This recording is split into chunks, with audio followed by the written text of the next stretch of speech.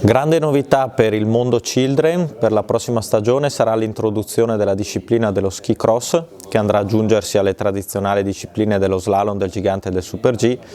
che diventerà disciplina sia per i campionati italiani che per i campionati regionali. Scelta della federazione, che intende investire in questa disciplina sicuramente moderna, visto che è comunque una disciplina olimpica per aumentare il bacino di atleti in previsione delle prossime Olimpiadi.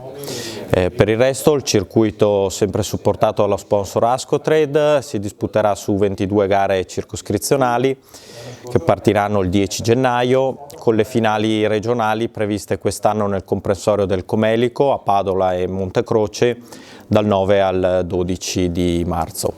La selezione per i campionati italiani del Veneto conterà su 9 ragazzi e 7 ragazzi e speriamo di difendere al meglio i colori regionali, visto che i talenti sono numerosi e il lavoro degli sci club del Veneto sicuramente ottimo.